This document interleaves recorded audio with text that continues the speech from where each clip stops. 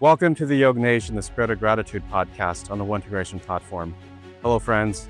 My name is Yogesh Patel, and this podcast explores the themes of bullying, self-awareness, and the power of our inner spirit, including the silent battles we all face. Join me every week as I invite high-profile guests as we explore how adversity shapes us, how gratitude lifts us, and how we can all uncover the inner strength that we all have within ourselves. Join the conversation. I appreciate you listening in.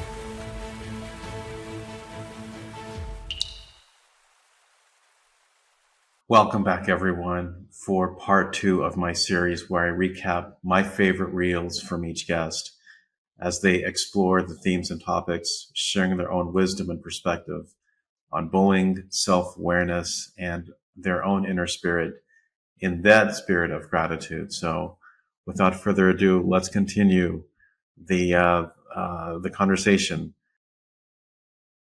Episode 31 has Mr. Keith Fitzgerald, investment strategist with over 3,000 media interviews and is a regular on CNBC and Fox Business. He talks about the man in the mirror. Let's take a listen. How does self-awareness influence the way we invest and manage our money? It comes down to what do you want to accomplish. So much of our world, particularly social media, is designed to engender likes or a similarity or, I'm going to go over here because there's 5,000 people that like this, or I want to be here and there. I forget that. Who are you? Look in the mirror. There's only one person, unless you got a really interesting mirror, there's only one person looking back at you. And that's the person you got to come to terms with. And so if you can get the person in the mirror under control and you get the person in the mirror believing in your vision, then suddenly it gets a lot easier. I don't sweat a lot of the small stuff. I never have, because I always believed in the person in the mirror. Yeah. Believing in your own vision, I believe, means being the best version of yourself. And especially in the stock market gyrations that we're experiencing with tariffs and China and Ukraine, Russia, as these short-term swings in the stock market can distract us from long-term success. I guess it just boils down to what other distractions are preventing you, again, from being that best version of yourself. And so once you are comfortable with that man in the mirror, that you not necessarily convince yourself, but you yourself see your own leadership, I think that's when things start to come to you. The answers come to you. So I thought that was really powerful, especially when it comes to investing. Episode 32, Mr. Justin Wright. He's a former CIO of a publicly traded company and now is influencer of an online newsletter that has over 500,000 subscribers called Brilliance Brief. You can find him on LinkedIn.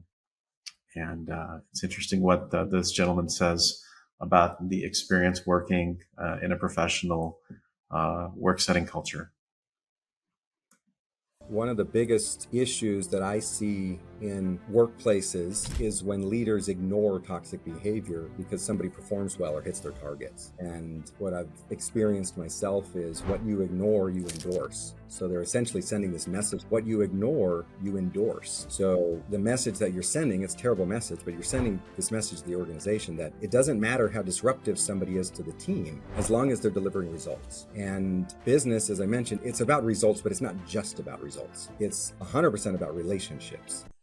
Yeah, and I think, pardon my French, everyone, but this speaks to the a-holes that we have. They're everywhere, especially in workplaces. And hopefully leaders within these organizations understand and get rid of this toxic behavior. Because again, it's not just important if you're a sales rep to make your number, but yet demean folks that are helping you. I just think that is wrong. It should be certainly frowned upon from leadership, and hopefully more companies recognize this moving forward as we evolve society now with millennials and Gen Y taking over as responsible corporate citizens in this world. Episode 33, Oscar Gonzalez, former Marine veteran and national hotline director for the Boys Town, a nonprofit that really helps folks, young men and women, prevent themselves, at least on one hand, taking their own life. Oof, this tugs at the heart. Let's listen in. We I was talking to one of our counselors the other day. They've been around in our hotline for a long time, 20 plus years. They were just talking about calls that they had taken in the past. And they were talking about how you never quite get over hearing a little voice on the other end of the line saying how they want to take their life. We're talking about kids as young as like 8 years old, thinking that they need to take their life. But a lot of times, I think it really boils down to this is a solution, an immediate solution to the issues I'm facing. But a lot of the times, especially when we talk about the younger folks, is not fully thinking through that this is a long-term solution to a short-term problem. When you're gone for forever. So it's really about helping them. Yeah, again, it goes back to last week's episode reel of Jeff Fink wanting to take his own life, but in this instance, as young as 8 years old. Yeesh. Again, it goes back to not understanding what a person is really going through, and just that self-awareness. To me, it reminds me to lead with kindness and empathy, because you just never know if that one smile can help turn that person's life around. And for context, I would encourage everyone to take a look at Danny Bader's episode where this one older lady at a hardware store changed his life. And we're all here to try and support one another in that regard. Episode 34, Jenny Poon. She was Phoenix Business Person of the Year back in 2016. She talks about her upbringing and finding her own identity. Let's take a listen. We're a low-income family. I think my parents never wanted us to feel like we were poor, but we didn't have a lot of money growing up. A lot of growing up was just being shy, not knowing who I was, always self-conscious, thinking about what I should be doing, what is everybody else thinking about me, how do I fit in? I don't even speak the language, can people hear my accent? And over time, I think a lot of the things that I've experienced and through the world has led to me being able to break out of that. Now, I don't think the voices ever go away. They're always there. I think you just learn that the rest of the world also has a lot of those voices speaking to you, but you learn to temper the voices. Yep, can't agree with you more. I struggled with this growing up. Again, born into Indian immigrants coming to the U.S. Growing up in elementary, middle school, and even in high school, was I Indian? Was I American? I was certainly confused trying to navigate who I was and developing my own inner spirit. And I'm sure everyone has this as well. And so it also interesting what she said about tempering those voices. Even today, I still think that in my what's more, but I happen to believe that I am balanced, for lack of a better term. Episode 35, Roberto Hernandez. This is a fun one, folks. He's season 17 winner of The Biggest Loser from, I believe, 2017. I mean, he's a high school teacher in Chicago. Talks about the aspect of giving tough love to your kids. Check this out.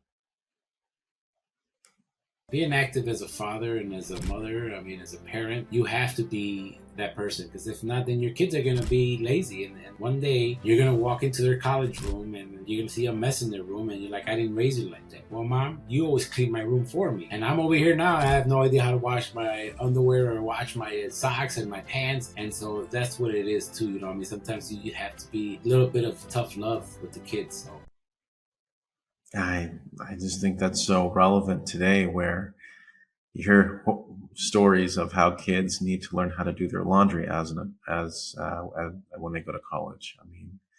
And it's not the kid's fault. I believe that a lot of this comes down to parenting and what the parents can or cannot do to teach their kids everyday, I wouldn't say survival skills, but just life skills. And for whatever reason, the parent, and this might be the most controversial thing I will say, but lessen the selfish tone and take care of your kids as best as you can, because that is ultimately what's going to make them responsible, productive citizens here in this country and in society. So take note, everyone. It's about giving your kids tough love, to give them the skills that they need to be independent on their own. All right, enough preaching. Episode 36, Mr. Tobin Smith, former Fox Business panelist for 14 years on the show Bulls and Bears. What he talks about is our own self-awareness tied to our parents. Check this out. If you have an introverted mother or father, you got to give them space. They'll relate to you in ways they are comfortable with relating to you, but don't throw the expectation. Well, how come Toby's dad doesn't come to the shows? And how come there's this human thing. Part of your brain works differently than maybe your dad. To be angry at your father because he didn't show up to your play, or he didn't do that, or he doesn't, my dad didn't really have any friends. Yep. I mean, I remember as a kid telling my older brother on a few occasions, why dad never came to or hardly came to our events and activities. And I just happen to believe that men and women were built differently back then. For dad, it was a matter of survival, coming into this country with only $8 in his pocket. So it's that survival skill to provide for his family. I mean, perhaps my dad didn't show his love by saying I love you, but he certainly sent it and meant it in other ways, whether it was Post-it notepads or things that made sure that we had a roof over our head, that we instilled the right values of hard work and ethics. But again, it just kind of goes back to what Tobin mentioned. It's like at some point you have to, I wouldn't say forgive your parent, but understand your parent, that they're not you in terms of the way that you think. And so give them that space. Episode 37, Matteo Ascaribor. He's a New York Times bestselling author. Talks about breaking out of your own limitations. This is a good one.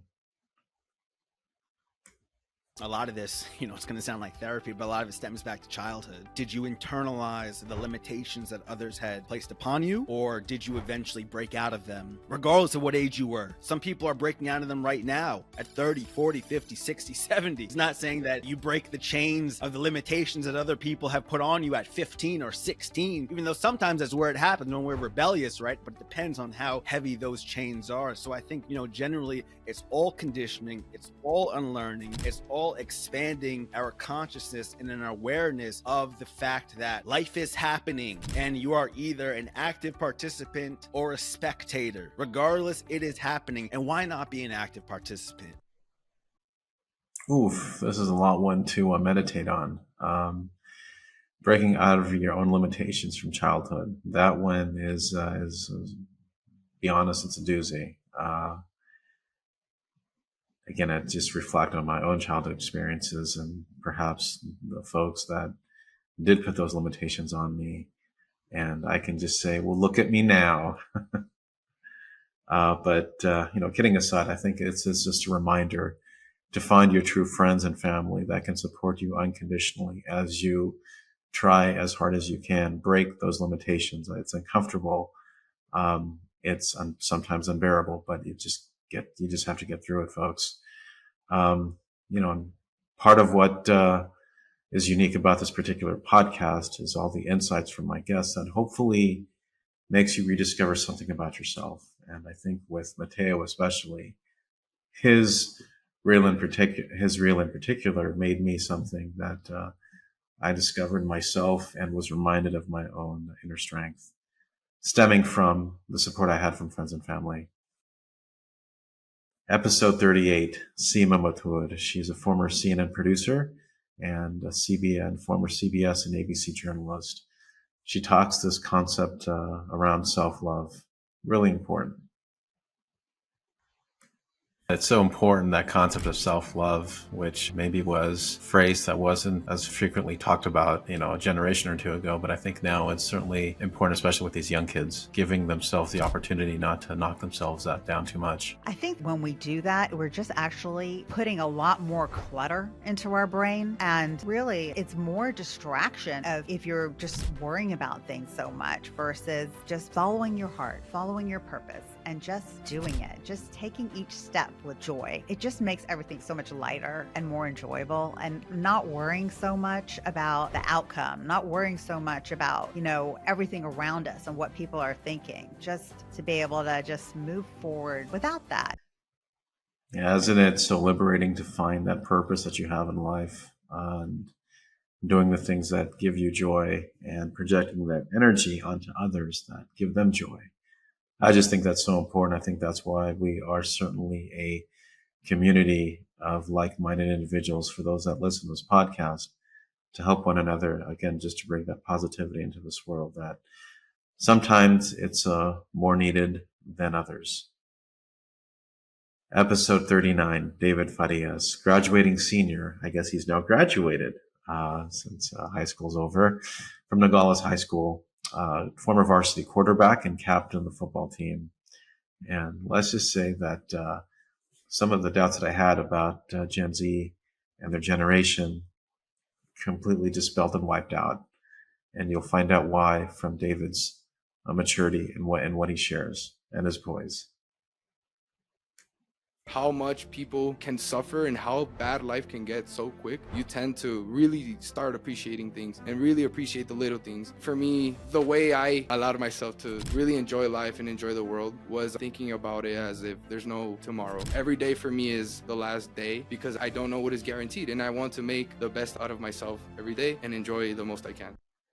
Yeah, and a little bit of context here with David. He raised by a single mom, fatherless, grew up in a household with his mom, grandmother, and great-grandmother, bullied for being poor until the age of 14. And I asked him point blank, it's like, dude, weren't you angry at the world for your upbringing and for your childhood? And he goes, no, I had everything I needed. I had a roof over my head and food on the table. Who am I to complain? And again, it puts things in perspective.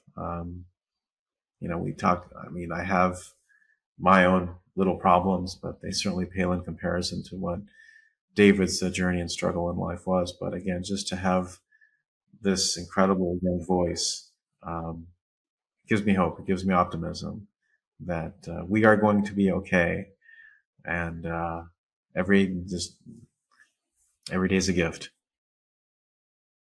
And finally, rounding out the best of these reels, episode 40, Tracy Anderson Wood, USA Today and international best-selling author, writing about historical fiction and her avoidance of conflict.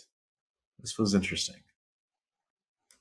I think actually my writing journey and realizing this avoidance of conflict, which is not always the best thing, I've improved myself through this knowledge and improved my writing through knowing that I'm avoiding this and finding ways that have drama and conflict. And it didn't have to be loud yelling at each other or swearing, which, I really hate, or physical. So much of the drama and the conflict, as in real life, is internal. And that is something that we need to be very aware of in our own life, how our own internal conflict affects how we deal with others, because they don't know, they're not in our head. Unless we share that and understand it and know how to deal with it, I don't know that we can progress in a relationship. I think it's a very important thing. Yep. Conflict is good. She certainly talks about conflict in her writing, but she also extends that in her personal life and how she deals with her own circle of friends and family. But it's the internal conflicts that she has within herself. And I always like to call these internal conflicts, these internal battles we all face. It's in our minds, and you have your good angel on one shoulder and your bad devil on the other side of the shoulder. And who do you allow to win every day? Right? What are the thoughts that you give yourself that either the devil wins during the day or the good angel wins during the day? That's going to be up to you. Give yourself those positive thoughts. Let those good angels outweigh the bad devils that we all have. So, again, thanks for giving me this opportunity, everyone. Thanks for tuning in, because it also gives, hopefully, everyone a window in terms of who I am, how I think. Again, my own sense of the spirit of gratitude, reflective in terms of my own self-awareness, my own inner spirit, and some of the battles I've faced to become this person who I am today. Again, as I mentioned, the answers are within ourselves, and hopefully in these past 2 weeks, you've learned something about yourself that you've taken note. Again, it's rediscovering something about yourself that perhaps you needed to be reminded of through these guests. And so I thank you for continuing to be on this journey. Tune in for the next set of episodes that are going to be coming out next week. Hope all of you have a wonderful day, and we'll see you soon. Take care.